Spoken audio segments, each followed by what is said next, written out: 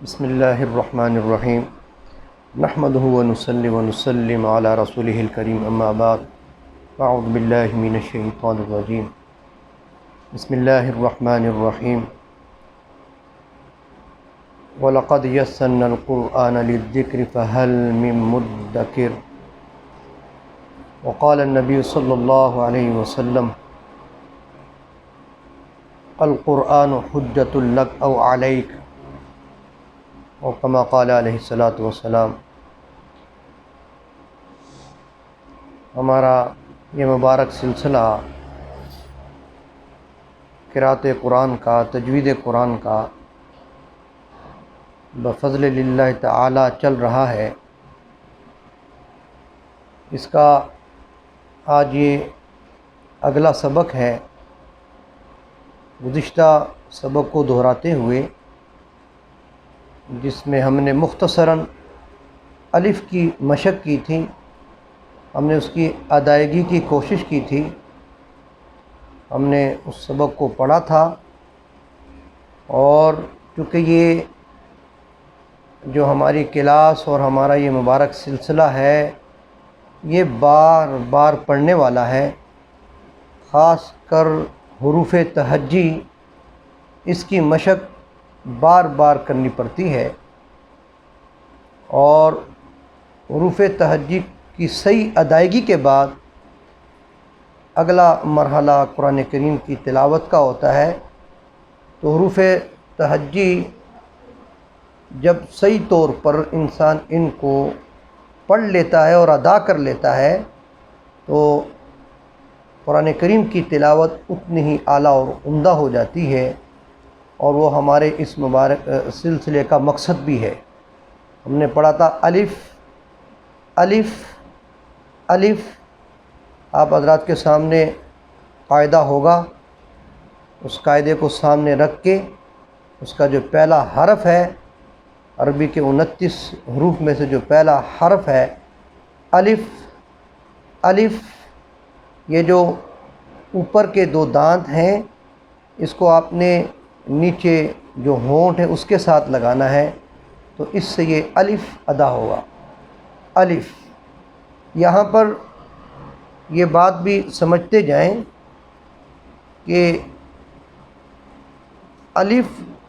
اور ایک ہوتا ہے حمزہ،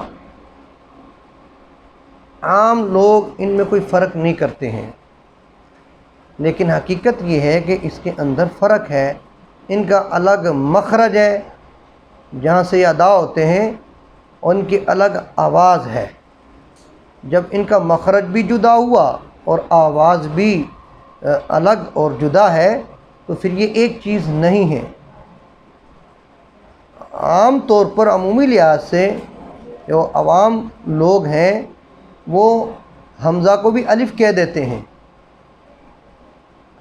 ہو سکتا ہے کہ عمومی لحاظ سے یہ درست ہو، کیونکہ معاشرے میں بہت سی چیزیں ایسی چل رہی ہیں کہ فن کے اعتبار سے ان کا حکم کچھ اور ہوتا ہے، لیکن اس کو کسی اور نام کے ساتھ انسان استعمال کر رہا ہوتا ہے۔ لیکن حقیقت یہ ہے کہ الف اور حمزہ اس کا بہت فرق ہے۔ آپ انشاءاللہ تعالی آگے چل کر دیکھیں گے، اگلی جو تختی کے اندر آئے گا کہ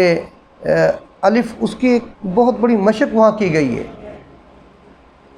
با الف زبر با، تا الف زبر تا، سا الف زبر سا، جیم الف زبر جا۔ اب یہ سارے یہ الف ہے، کیونکہ الف کی یاد رکھیں کہ بہت بڑی پہچان یہ ہے کہ اس سے پہلے ہمیشہ زبر ہوگا، زبر کو ہی ہم کھینچتے ہیں تو اس کے بعد الف پیدا ہوتا ہے، الف اس سے نکلتا ہے۔ تو یہ الف کی، اور اس کے اوپر کسی قسم کی کوئی بھی علامت نہیں ہوتی ہے، یعنی کوئی حرکت، کوئی ایسی علامت نہیں ہے، اعراب کی کوئی بھی زبر زیر پیش یا اس کے اوپر کسی قسم کا کوئی جزم وغیرہ یہ کوئی نہیں ہوتی ہے، اور یہی اس کا بہت بڑا فرق ہوتا ہے۔ اگر الف کے اوپر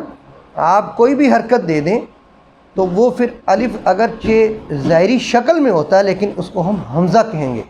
لہذا ادائیگی کے وقت پھر الف اور حمزہ میں فرق ہو جائے گا۔ الف یہ بہت آسانی کے ساتھ، نرمی کے ساتھ ادا ہوتا ہے۔ ہم جب قرآن انشاءاللہ بہت جلد شروع کریں گے سورہ فاتحہ کے اندر، وہاں پر اس بات کو ہم واضح کرتے چلے جائیں گے۔ لیکن میں نے آپ کو بتایا کہ با، تا، سا، جا، ح، خ، د، رو، ز،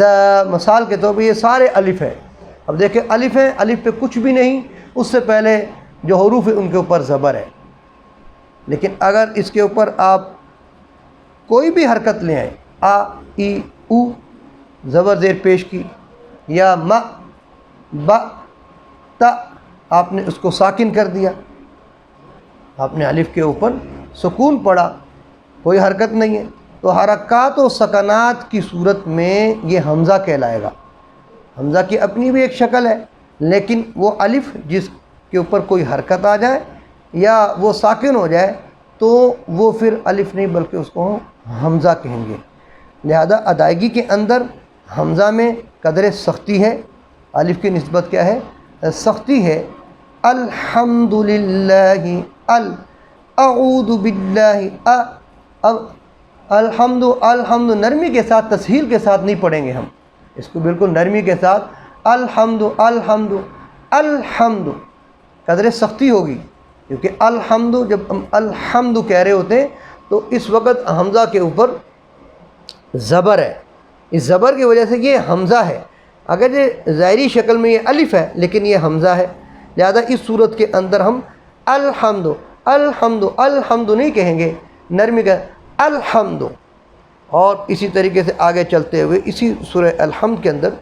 الحمدللہ، یہ للہ، اب یہ دیکھو للہ یہ بھی الف ہے، رب العالمین، رب العالمین، یہ عین کے اوپر زبر ہے، اس کے بعد الف ہے، یہ الف ہے، یہ نرمی کے ساتھ بالکل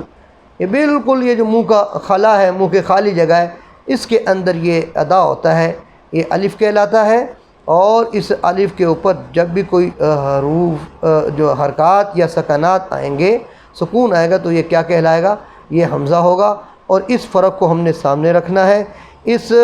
فرق کو اس لیے بھی ضروری ہے کہ آگے چل کے ایک دوسری بات بھی آگے آئے گی، ہم پڑھیں گے کہ حمزہ کو جب ہم